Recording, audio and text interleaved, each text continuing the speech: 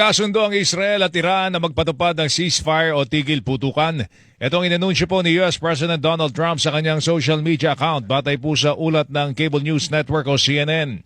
Ayon kay Trump, nagkasundo ang dalawang bansa na magpatupad ng complete and total ceasefire matapos makumpleto ang kanilang mga final mission. Sa gitna nito'y maasa si Trump na tuluyan na po matatapos ang gera ng Israel at Iran na tinawag niyang the 12-day war. Ngunit bago po nito naglunsad ng missile attack ang militar ng Iran sa Al-Udeid, US Air Base sa Qatar bilang pagganti sa pambobomba naman ng Amerika sa kanilang tatlong nuclear site. Ito ang pinakamalaking US military installation sa gitnang silangan. Sa ulat po ng Reuters, sinabi po ng mga opisyal ng US military na walang US personnel na nasawi o nasugatan sa pag-atake. Sinabi naman ng Defense Minister ng Qatar na harang ng kanilang air defense ang mga missile.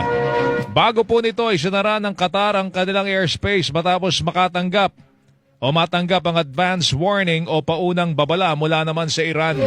Isinara na rin ng Bahrain ang kanilang airspace. Pinagana na ng US Ain al-Assad Air Base sa Iraq ang kanilang air defense system habang naka-full alert ang military base po ng Amerika sa Syria para naman sa posibleng pag-atake ng Iran o mga militia group na sumusuporta sa Iran.